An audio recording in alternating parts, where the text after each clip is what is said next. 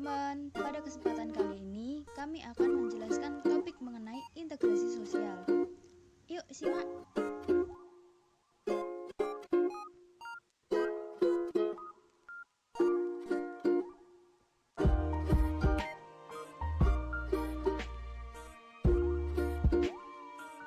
Apa itu integrasi sosial?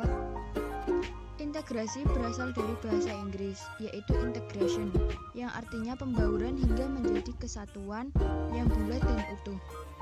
Integrasi bangsa adalah penyatuan berbagai kelompok budaya dan sosial ke dalam suatu wilayah dan pembentukan identitas nasional. Definisi lain, integrasi sosial adalah suatu keadaan ketika kelompok etnik beradaptasi terhadap kebudayaan mayoritas kelompok, namun masih tetap mempertahankan kebudayaan mereka masing-masing.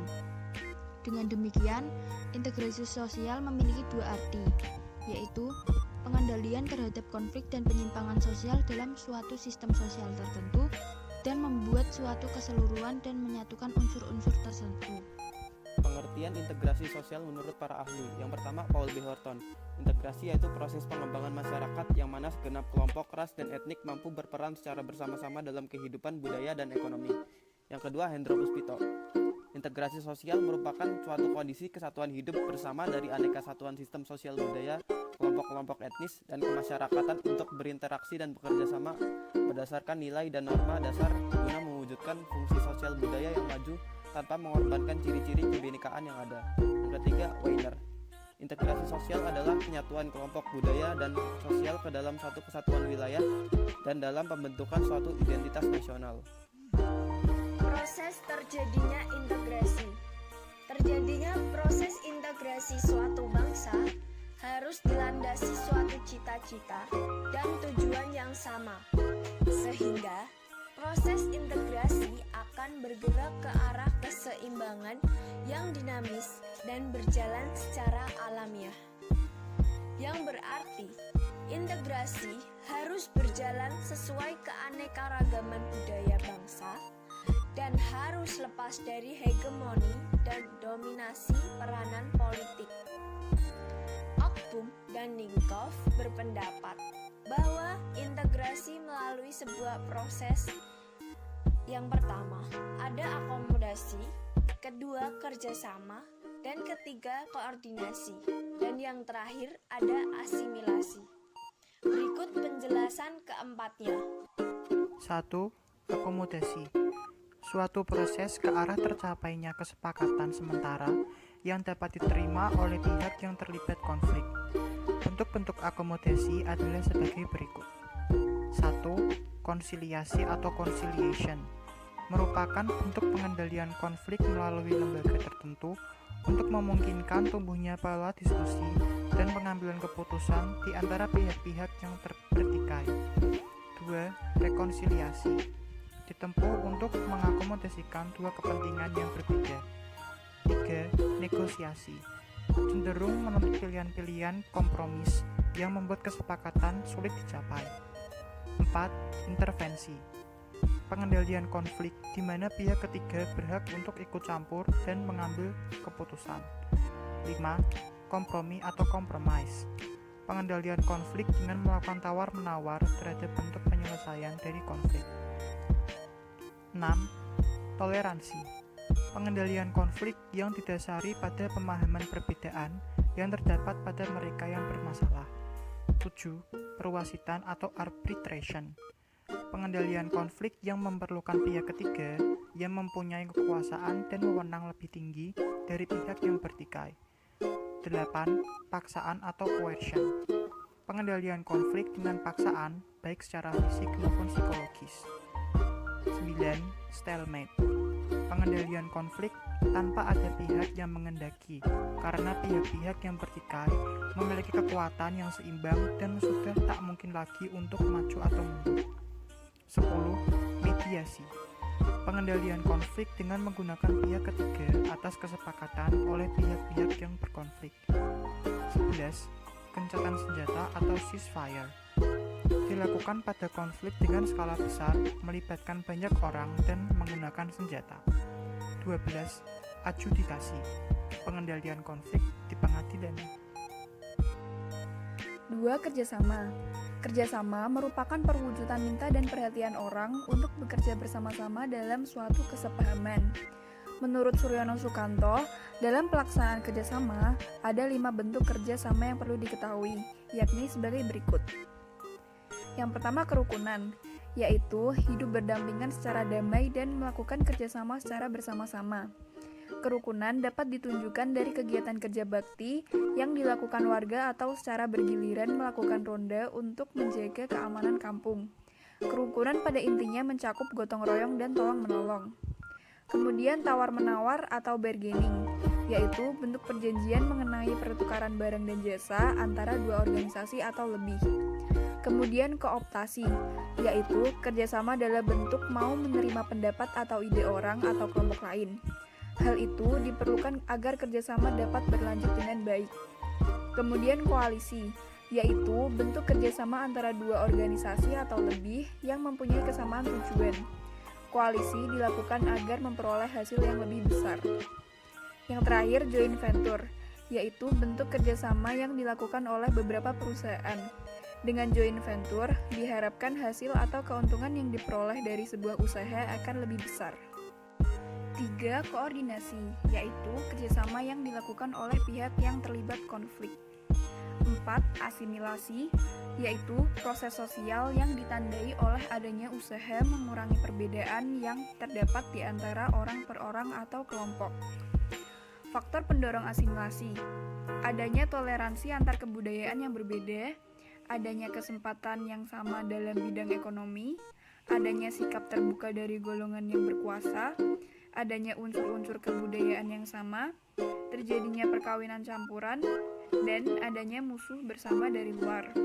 Kemudian untuk faktor penghambat asimilasi, letak geografi yang terisolasi, rendahnya pengetahuan tentang kebudayaan lain, adanya ketakutan terhadap budaya luar, adanya sikap superior yang menilai tinggi kebudayaan sendiri, perasaan in-group yang kuat, dan adanya perbedaan kepentingan. Dalam integrasi sosial, ada beberapa faktor yang mempengaruhi cepat lambatnya integrasi. Yang pertama, homogenitas kelompok. Homogenitas kelompok adalah kelompok yang terdapat persamaan macam, jenis, sifat, dan watak. Pada masyarakat yang homogenitasnya tinggi, integrasi sangat mudah dicapai. Akan tetapi, apabila homogenitas kelompoknya rendah, maka integrasi akan sulit dicapai. Yang kedua, besar kecilnya kelompok. Jumlah anggota kelompok mempengaruhi proses integrasi karena membutuhkan penyesuaian di antara anggota kelompok. Anggota kelompok yang sangat banyak, secara otomatis penyesuaian di antara anggotanya membutuhkan waktu yang lama, sehingga proses integrasi pun berlangsung secara lambat. Yang ketiga, mobilitas geografis. Mobilitas geografis adalah semua bentuk perubahan atau perpindahan status oleh individu atau kelompok individu dari suatu wilayah ke wilayah lain. Semakin sering anggota suatu masyarakat datang dan pergi, maka semakin mempengaruhi proses integrasi. Yang keempat, efektivitas komunikasi. Semakin efektif komunikasi, maka semakin cepat integrasi anggota masyarakat tercapai. Selanjutnya, ada faktor pembentuk integrasi. Yang pertama, ada rasa saling memiliki atau sense of belonging. Rasa saling memiliki dapat menciptakan keutuhan masyarakat secara keseluruhan. Apabila salah satu kelompok berusaha meniadakan kelompok lain, keutuhan masyarakat secara keseluruhan akan terancam. Yang kedua, ada pola hubungan simbiosis mutualisme. Pola hubungan simbiosis mutualisme merupakan suatu bentuk kerjasama di antara dua kelompok atau lebih yang sifatnya saling menguntungkan pada masing-masing pihak terkait. Untuk mewujudkan hal itu, masing-masing kelompok harus saling membutuhkan dan bersedia saling mengerti posisi masing-masing. Yang ketiga, ada cross-cutting affiliations dan cross-cutting loyalties. Cross-cutting affiliations atau keanggotaan ganda. Hal ini terjadi apabila seseorang atau sekelompok orang menjadi anggota berbagai kesatuan sosial. Cross-cutting loyalties atau kesetiaan ganda. Yang keempat, ada konsensus. Konsensus adalah kesepakatan bersama yang dibentuk oleh warga masyarakat yang menyangkut nilai-nilai dasar yang akan mengikat mereka dalam sebuah masyarakat yang utuh. Faktor-faktor pendorong integrasi. Yang pertama, pengorbanan. Yang kedua, toleransi dalam kelompok sosial. Yang ketiga, kesediaan untuk mencapai tingkat konsensus. Yang keempat, mengidentifikasi akar persamaan di antara kultur-kultur etnis yang ada. Yang kelima, upaya yang kuat dalam melawan prasangka dan diskriminasi. Dan yang terakhir, menghilangkan pengotak-kotakan budaya. Berikut ini merupakan faktor penghambat integrasi sosial. Yang pertama, heterogen. Wilayah yang luas, besarnya ancaman, tantangan, hambatan, dan gangguan yang merongrong keutuhan, kesatuan, dan persatuan bangsa, baik yang berasal dari dalam maupun luar. Adanya paham etnosentrisme, lemahnya nilai budaya bangsa, dan yang terakhir, diskriminasi. Macam-macam integrasi sosial. Yang pertama, integrasi vertikal.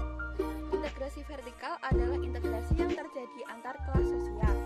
Yang kedua, integrasi horizontal. Integrasi horizontal adalah integrasi yang terjadi antara kelompok-kelompok sosial yang ada di masyarakat. Yang ketiga, integrasi atas dasar paksaan.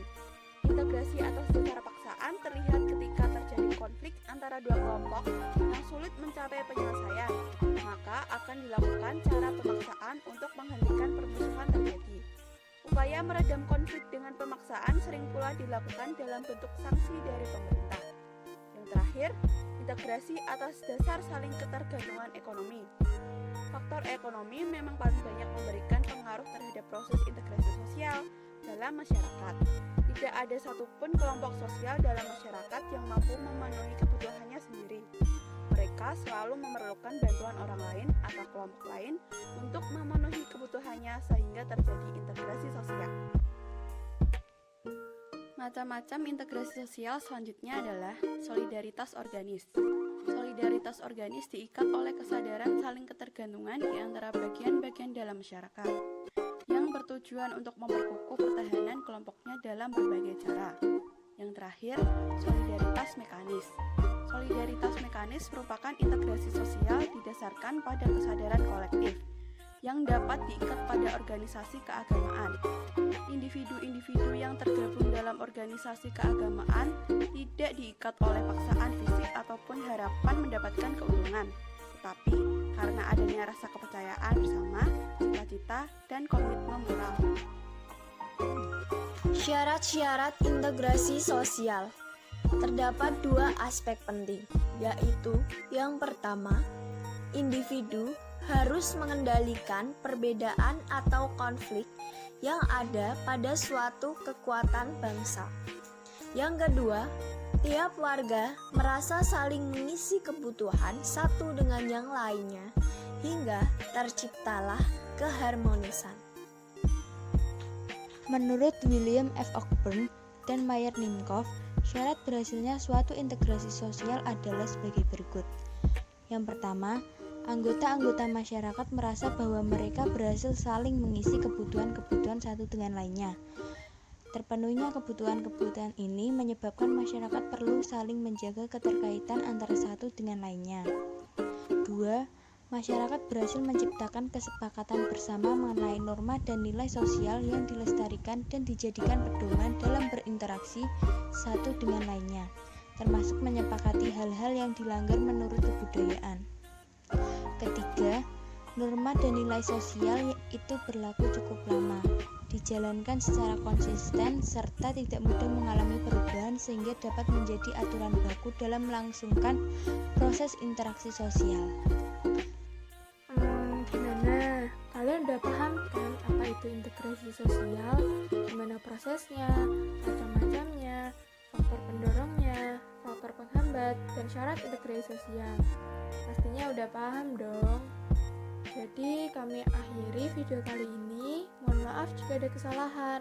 Semoga apa yang kami sampaikan dapat berguna buat kalian semua. Nah, aku punya pantun nih buat kalian. Dengerin ya. Jalanan dibangun pakai beton, dibangunnya di hari Selasa. Terima kasih sudah menonton. Sosiologi, yes, luar biasa. Akhir kata dari kami, Sampai jumpa.